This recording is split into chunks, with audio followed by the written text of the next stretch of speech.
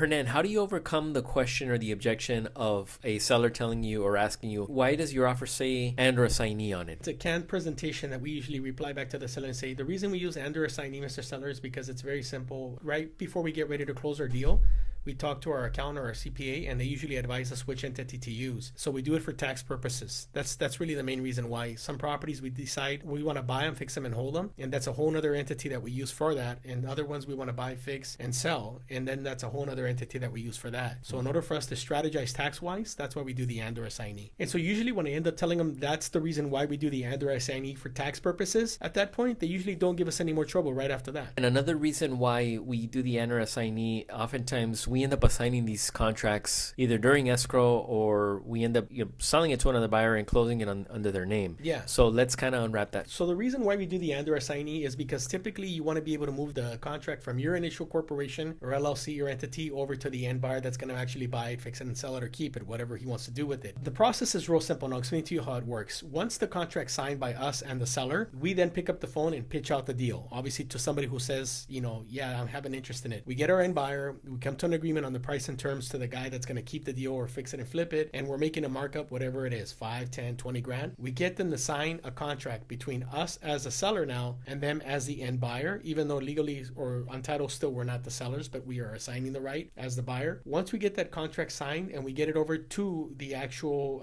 closing attorney or escrow company or title company, whichever it is that you're using depending on what state you're working in, and they acknowledge receiving both contracts and that both are fine and there's nothing missing, then we request for the deposit to be put out. Once the end buyer's deposit that is buying it from us comes in and it's non-refundable, then at that point we can remove ourselves from title, the sale, or escrow, however it is, because we've already confirmed whatever entity we're using to close the transaction that our profit is guaranteed, that they no longer need anything from us. All they're going to do is basically at that point work on getting the seller to sign all their documentation, and the buyer's going to sign their documentation and they're going to fund it whether hard money or cash. And when the transaction closes on the buyer's HUD, it will show a charge for us to be paid, an invoice or demand for payment.